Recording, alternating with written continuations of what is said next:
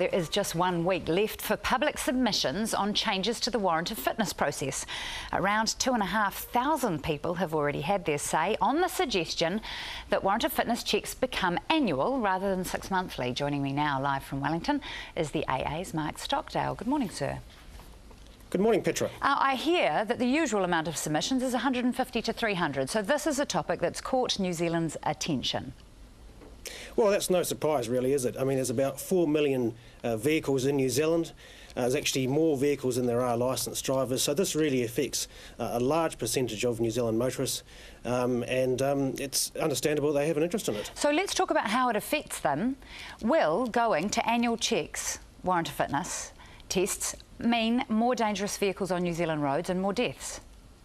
Well, no, it won't, because you've got to remember that in terms of crashes, vehicle defects are a tiny proportion of all crashes. In fact, we know what most crashes are caused by, and it's things like excess speed, alcohol, inattention, distraction, failing to stop, failing to give way.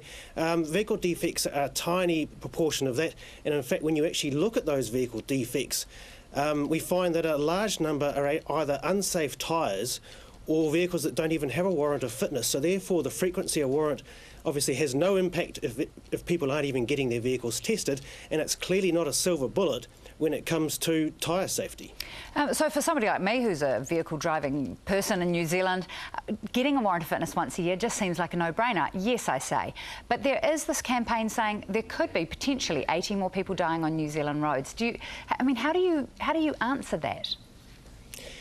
Well, there are risks, and to all proposals, but I think you've got to understand that the government is not simply suggesting, well, let's just reduce the frequency. They're also suggesting other actions that will actually mitigate any potential downsides.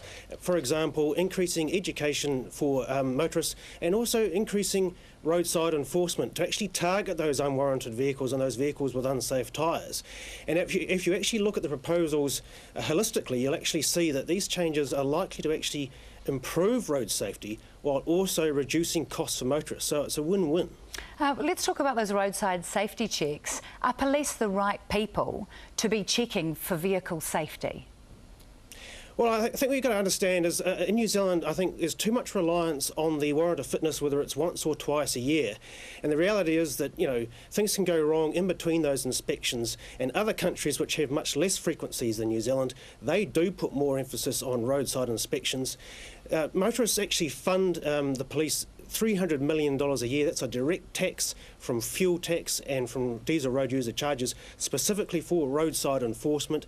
So it's not really too much to ask maybe that they can actually increase the enforcement of those high-risk offenders, targeting those high-risk vehicles that are actually, disproportionately contributing to road crashes.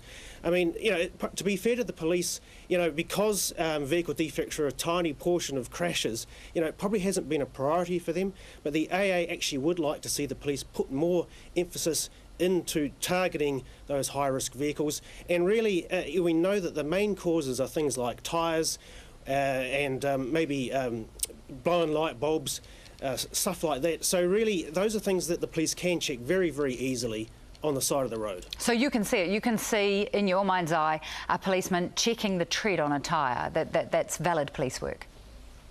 Absolutely, it is. It's very easy to do, just as it is to see. Look, they can see clearly from a distance whether the brake lights are working or not. Whether you've got a big gash on your windscreen, something like that. Motorists should actually be checking their tyres themselves. It's something you should be doing maybe once a month when you're getting fuel at the service station. But really, police could also be doing random checks, and that will actually improve road safety compared to what we have at the moment, which is an over-reliance on an inspection twice a year, and then we do nothing in between.